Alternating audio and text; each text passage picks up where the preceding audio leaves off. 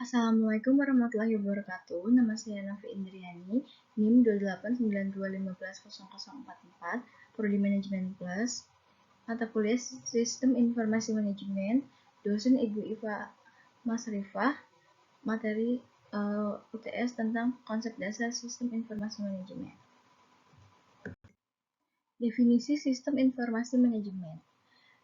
Sistem informasi manajemen digambarkan sebagai sebuah bangunan piramida di mana lapisan dasar terdiri dari informasi, penjelasan transaksi, penjelasan status, dan sebagainya.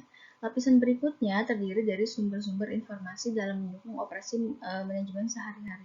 Lapisan ketiga terdiri dari sumber daya sistem informasi untuk membantu perencanaan taktis dan pengambilan keputusan untuk pengendalian manajemen. Lapisan puncak terdiri dari sumber daya informasi untuk mendukung perencanaan dan perumusan kebijakan oleh tingkat manajemen. Sistem informasi manajemen merupakan suatu sistem informasi yang digunakan oleh organisasi untuk mengelola semua transaksi yang mendukung fungsi manajemen dan bisa berguna untuk pengambilan keputusan atau sistem informasi manajemen, yakni sistem informasi yang menghasilkan output dengan masukan input dan berbagai proses lainnya yang hasilnya dibutuhkan oleh tujuan tertentu dalam kegiatan manajemen. Proses pada sistem informasi manajemen. Yang A. Perencanaan merupakan rumusan mengenai metode kegiatan secara rinci untuk mencapai tujuan atau target akhir dari suatu organisasi. Jadi, perencanaan merupakan langkah-langkah yang rinci untuk mencapai suatu tujuan organisasi. B. Pengendalian. Jika perencanaan telah dibuat dan dilaksanakan atau diterapkan oleh anggota-anggota suatu organisasi, maka manajer harus mengawasi pelaksanaan dari perencanaan tersebut supaya dapat berjalan dengan baik dan tidak menyimpang dari jalur yang sudah ditetapkan. Yang C. Pengambilan keputusan merupakan pemilihan keputusan di antara berbagai macam alternatif yang ada. Proses ini merupakan hasil dari perencanaan dan pengendalian. Jadi manajer harus memilih di antara berbagai macam keputusan yang ada.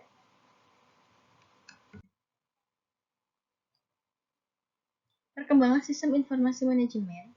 Konsep sistem informasi telah ada sebelum munculnya komputer. Sebelum pertengahan abad ke-20, pada masa itu masih digunakan kartu punch.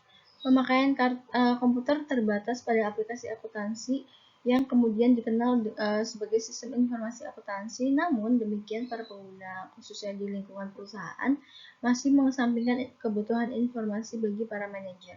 Aplikasi akuntansi yang berbasis komputer disebut diberi nama pengolahan data elektronik atau PDE. Pada tahun 1964, komputer generasi baru memperkenalkan prosesor baru yang menggunakan silicon chip circuitry dengan kemampuan pemrosesan yang lebih baik. Perkembangan konsep ini masih belum mulus dan banyak organisasi mengalami kegagalan dalam aplikasinya karena adanya beberapa hambatan. Misalnya, yang pertama, kurang paham para pemakai tentang komputer, kekurangan pemahaman para spesialis bidang informasi tentang bisnis dan peran manajer. Yang ketiga, relatif mahalnya harga perangkat komputer. Yang keempat, terlalu berambisinya para pengguna yang terlalu yakin dapat membangun sistem informasi dengan lengkap sehingga dapat mendukung semua lapisan manajer. Model sistem informasi manajemen, beberapa modelnya sebagai berikut. Yang pertama, sistem informasi akuntansi. Yang kedua, sistem informasi pemasaran. Yang ketiga, sistem informasi sumber daya manusia. Yang keempat, sistem informasi produksi. Yang kelima, sistem informasi keuangan.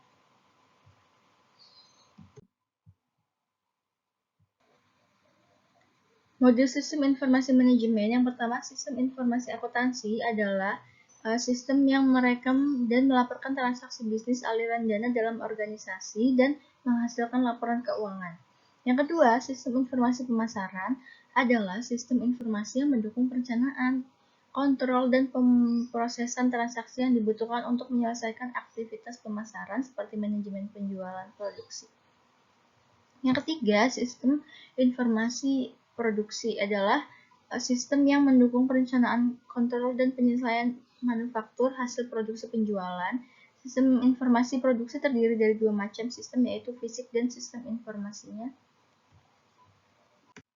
Selanjutnya, sistem informasi sumber daya manusia adalah sistem informasi yang mendukung aktivitas informasi seperti perekrutan, seleksi, dan penerimaan, penetapan dan penilaian performa, serta pelatihan dan pengembangan.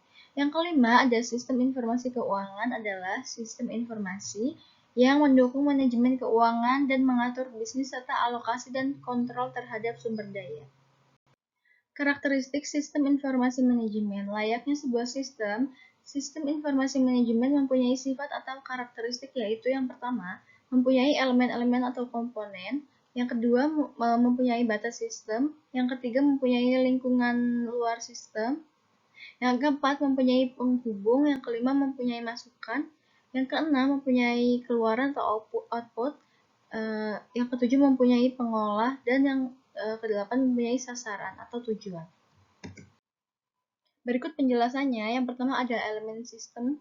Elemen-elemen sistem dapat berupa suatu subsistem atau bagian-bagian sistem. Suatu sistem berapapun kecilnya selalu mengandung elemen-elemen. Dengan kata lain, elemen adalah bagian yang terkecil dari sistem yang sudah tidak bisa diurai lagi. Contohnya adalah pada sistem komputer adalah tombol pada keyboard. Yang kedua ada batas sistem. Batas sistem merupakan daerah yang membatasi antara suatu sistem dengan sistem lainnya atau dengan lingkungan lainnya. Batas sistem memungkinkan suatu sistem dipandang sebagai satu kesatuan. Yang ketiga mempunyai lingkungan luar sistem. Lingkungan luar sistem adalah apapun di luar batas sistem yang mempengaruhi dan dipengaruhi oleh operasi sistem. Contohnya pada sistem komputer, sistem listrik adalah lingkungan luar.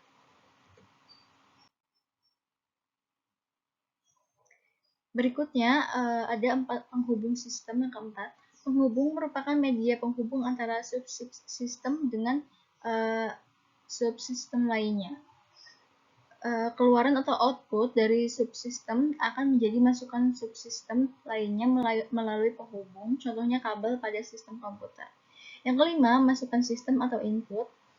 Masukan adalah energi yang dimasukkan ke dalam sistem berupa perawatan atau maintenance, dan masukan sinyal atau signal input. Maintenance input yaitu energi yang dimasukkan supaya sistem dapat beroperasi. Yang keenam ada keluaran sistem atau output. Keluaran adalah hasil dari energi yang diolah melalui keluaran yang berguna dan sisa pembuangan. Contohnya pada sistem komputer, informasi keluaran yang berguna panas tak berguna. Yang ketujuh ada pengolah sistem.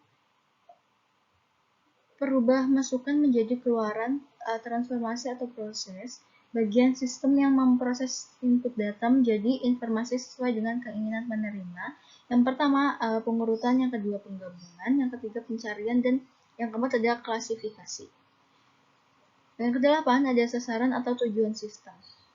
Sistem bisnis yang tepat, tujuan atau goals, sistem akuntansi atau subsistem yang lebih kecil, maka istilah sasaran objektif lebih tepat.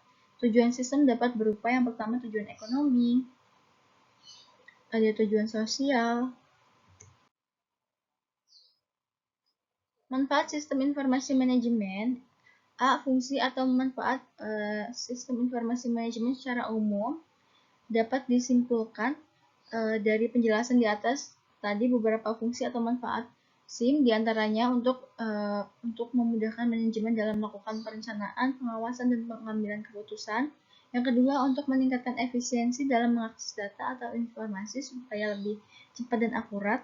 Yang ketiga, untuk meningkatkan kualitas dari sumber daya manusia dan sumber daya lainnya yang dapat mendukung organisasi atau perusahaan. Yang B, manfaat sistem informasi manajemen bagi perusahaan. Yang adapun beberapa manfaat yang dapat didapatkan dari sistem untuk perusahaan antara lain. Yang pertama, adanya ketersediaan kualitas dan keterampilan dalam memanfaatkan sistem informasi. Berikutnya, meningkatkan aksesibilitas informasi secara tepat waktu dan secara akurat untuk para penggunanya tanpa diperlukan perantara. Contoh penerapan sistem informasi manajemen. Yang A ada Enterprise Resource Planning atau ERP. Sistem ERP ini biasanya digunakan oleh sejumlah perusahaan besar dalam mengelola manajemen dan melakukan suatu pengawasan yang saling terintegrasi terhadap unit bidang kerja keuangan. Ada accounting, sumber daya manusia, pemasaran, operasional, dan pengelolaan persediaan. Yang B ada supply chain management atau SCM. Sistem SCM ini sangat bermanfaat bagi pihak manajemen di mana data yang disajikan terintegrasi mengenai manajemen suplai bahan baku mulai dari pemasok, produsen, pengecer, hingga konsumen akhir. Berikutnya ada Transaction Processing System atau TPS. TPS ini berguna untuk suatu proses data dalam jumlah yang besar dengan transaksi bisnis yang rutin. Program ini biasanya diaplikasikan untuk manajemen gaji dan inventaris. Contohnya yaitu pada aplikasi yang digunakan untuk bantuan keuangan desa Pemprov Jawa Timur. Berikutnya ada Office Automation System atau OAS.